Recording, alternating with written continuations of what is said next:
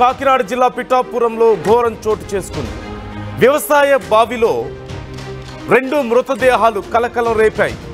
గొల్లప్రోలు మండలం తాటిపర్తిలో ఈ ఘటన చోటు చేసుకుంది. గ్రామ శివారులోని బావిలో మృతదేహాలు గుర్తించారు స్థానికులు.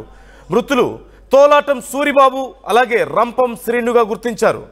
రంపం గంగాధర్ను అదుపులోకి తీసుకొని పోలీసులు ఈ సందర్భంగా విచారిస్తున్నారు.